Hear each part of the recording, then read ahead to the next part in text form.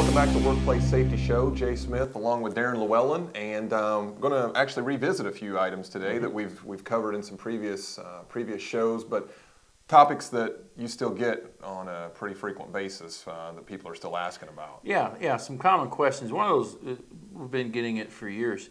The question is, when will OSHA adopt 70E? When will it be the law? Or is it the law? And let me clear this up and make sure we're all clear. It is not the law. Right. The 2012 70E that just came out is not the law. The 2009 is not the law. A lot of what is in OSHA regulations, 1910, 331 through 335, comes out of earlier editions of 70E, but the current editions, it has not been adopted yet. And that just really doesn't matter. Because you know who doesn't care? OSHA. OSHA, Right. You're right. OSHA doesn't care. OSHA is using 70E as the best practice for protecting people from electrical hazards. What you need to worry about is that OSHA's requirement to you is that you protect your people from electrical hazards, and those hazards are shock and arc. And they expect you to use the best practices.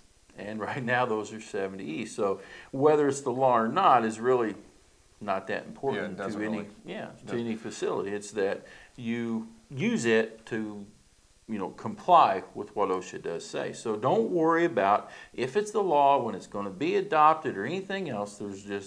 There's no reason to put any amount of time in discussing or arguing that. It just doesn't matter. Right, and I think a lot of where you get these questions, and we see this a lot, is because someone in an organization is pretty passionate about trying to implement NFPA 70E, and it gets to a higher level where this question gets asked. Well, before we spend this money or take this time or utilize these employees to enforce this, show me where it's the law. I think that's where a lot of times the people proposing the question to you are stuck at. Right. And if that's your case, for any viewers that are watching this today, please call us. Get on our website, look around a little bit, because we can explain a little bit further as to how 70E is being used by OSHA, what OSHA is enforcing, what all the regulations are as far as protecting an employee from electrical shock, because that's pretty vague, an electrical arc, electrical shock. On our website, we've got the open letter to CEOs that I wrote several years ago. If you come up against a management person that says we're just not going to do 70 until it's the law, or until it becomes the law, well, I got a good question for you, and it kind of spells out in the letter that if you're not going to do 70 right now, what are you going to do? Right. You got to do something, and nothing is no answer. You can't, business as usual. If if all you're doing is reading the OSHA regulations and trying to do that, well, you fall way short. It's not getting you very far. right? Way short. Right. 70 is way further than the OSHA regulations, and OSHA just simply says you got to protect your people from electrical hazards. Yeah, I point some stuff out in 132 and other places, but 70 is how to get that done. Right. So if you're not going to do 70, I'd be very interested in knowing how you're going to do it without it. Okay. I have no idea. Yeah. So sum that up pretty simply. I like the way you put that. It's not the law, and that doesn't matter.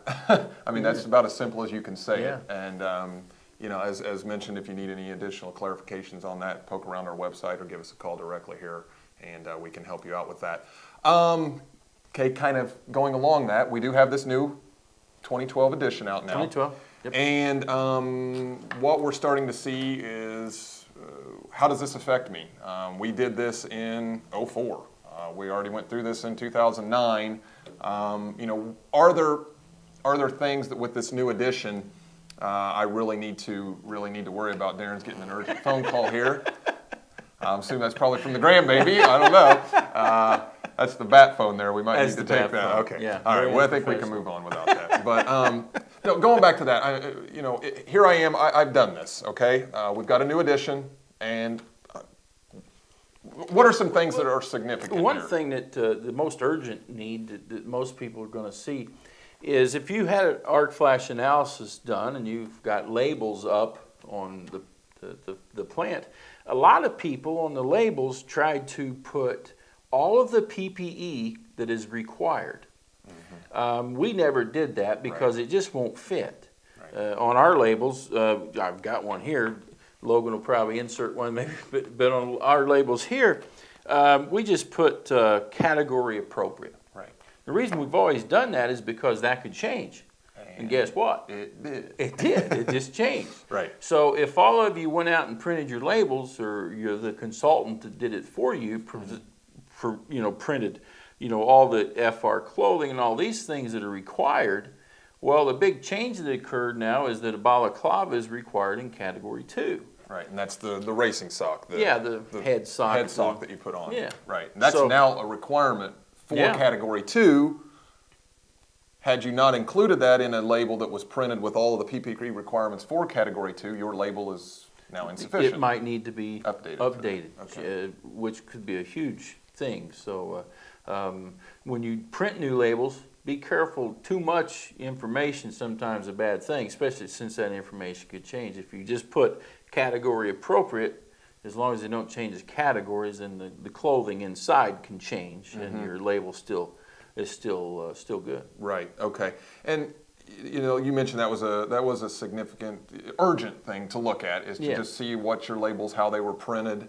Obviously, we could do 20 or 30 additional shows on all of the changes that came in here. Yeah. But nothing really too great that anyone should be really worrying about right now. Yeah, if you've already done it, yeah, you're more than likely covered. Everything Yeah. should be good. There's a few other requirements that if you're interested in knowing some of those changes, buy the book. That's a good place to start. They put them in gray. It outlines anything that was changed. But as always, our website, llewellyn.com, you can get a lot of access to some of these changes. But I think that pretty well sums it up. Yeah, we cover the changes also when I go out and do the presentations and when our instructors are teaching. And of course, there's lots of changes in this book, and we don't mean to say that there's just been one change. We just covered all of it right now. Right. There's others too. That you Okay. look at. So OSHA's not the law. Doesn't matter. Nope. Check your labels. See what they say as far as the Category 2. And if you have any further questions, as always, llewellyn.com. You can check that out, but if not, I'm glad we got through this one today, because we've had the giggle fits earlier. We talked about a restaurant next door we can't wait to go, or down the road we can't wait to eat at lunch. Logan got paid, our cameraman got paged, I got a phone call. Jay kept saying something he shouldn't have said. We'll edit all that out. We got it through. We got through it. All right. Well, thanks again for joining us on the Workplace Safety Show, and we'll see you right back here next time. Thanks a lot.